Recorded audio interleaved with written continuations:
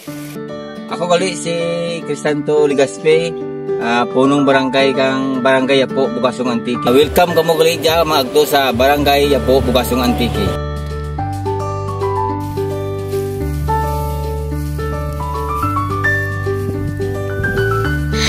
Mount Igtuog.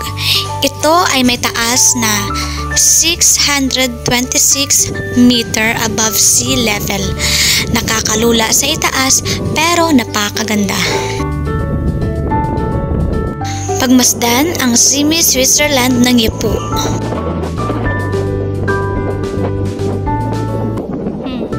At kung pupunta ka dito sa Yapo, syempre, dapat subukan mong maligo sa aming malamig na tubig at malinis na sapa.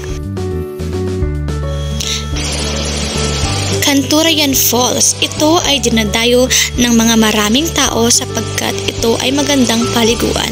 Ito ay may taas na 200 meter above sea level at ang tubig ay may lalim ng 50 meters or 164.042 feet. Siyempre, sa talon na ito, maraming mga masasayang alaala ang nabuo kasama ang mga mahal sa buhay.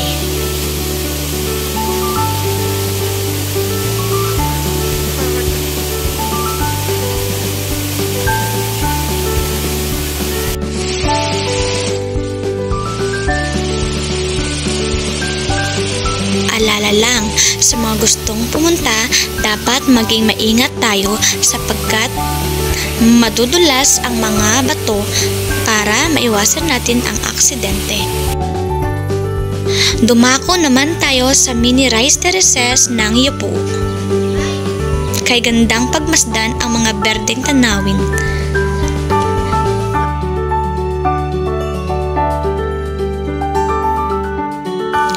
Yapo Bridge. Ito ay may haba na halos umaabot sa 50 metro. Ito ang nagsisilbing daan ng mga tao lalo na kapag baha. Magandang mag-selfie at kumuha ng litrato dito sapagkat makikita ang bundok at tubig.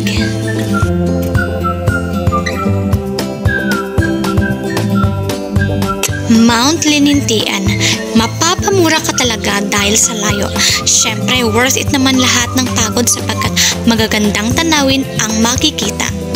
Pwede ding mag-picnic dito at mag-boodle fight kasama ang mga kaibigan. Boodle fight sa bukid.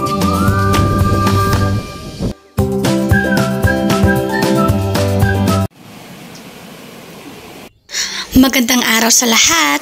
Ito ang mga produkto ng mga taga-Yapo, Bugasong Antique. Una ay ang niyog. Ito ay ginagawang kopras para ibenta. Ang susunod naman ay ang native pinya ng mga taga-Yapo, Bugasong Antique.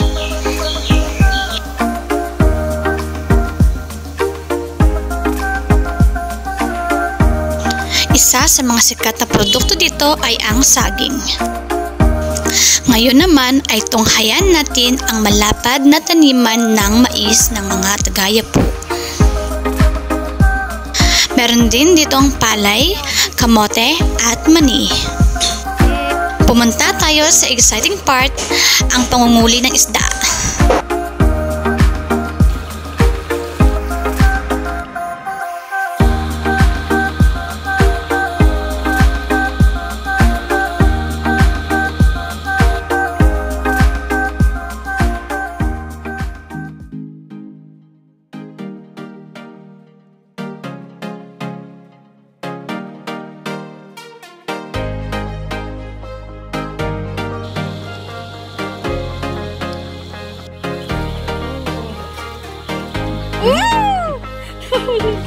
Run.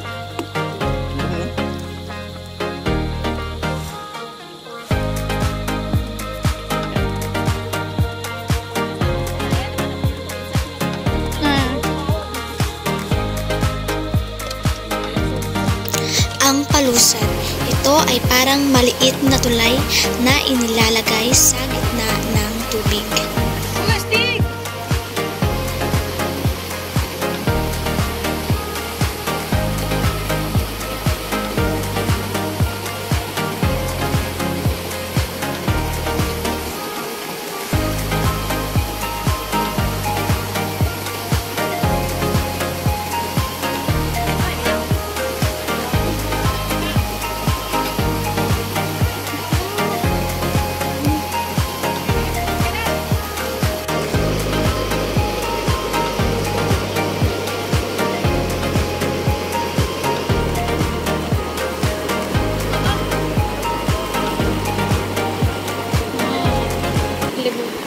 na sila kaprusan. Mami.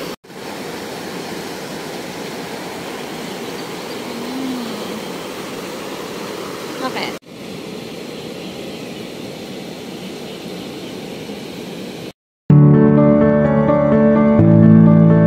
Ang mga pangunahing suliranin dito sa aming barangay ay ang tubig, landslide at mga daanan na binabaha tuwing umuulan.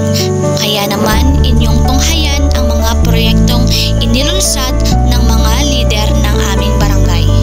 Una ay ang water tank system na makikita dito sa Sitio Lower Nabaya at ito naman ay ang riprap na umaabot ng 100 meters para malimitahan ang tinatawag na landslide.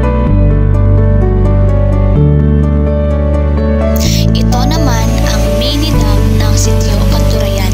Ito ang nagsisilbing water source ng mga magsasaka sa tuwing sila ay magtatanim ng kanilang mga produkto. Ang tulay na ito ay dating gawa sa kawayan, kaya naman napakadelikado tuwing umuulan dahil binabaha ang sapa.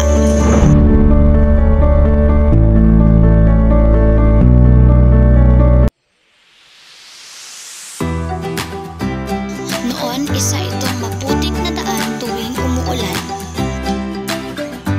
At eto na siya ngayon.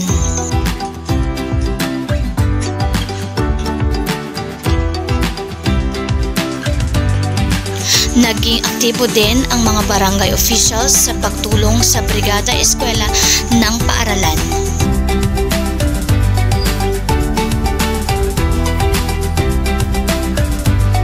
Noon ay kailangan pang pumunta ng mga tao sa ilog para mag-igib ng tubig.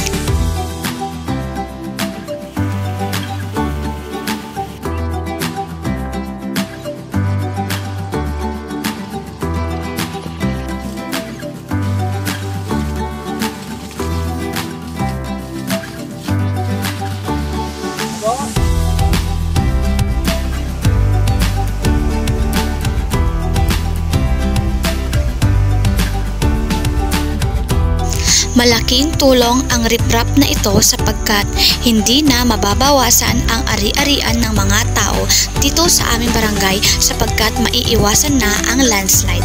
At higit sa lahat, magiging maganda at malinis tignan ang paligid.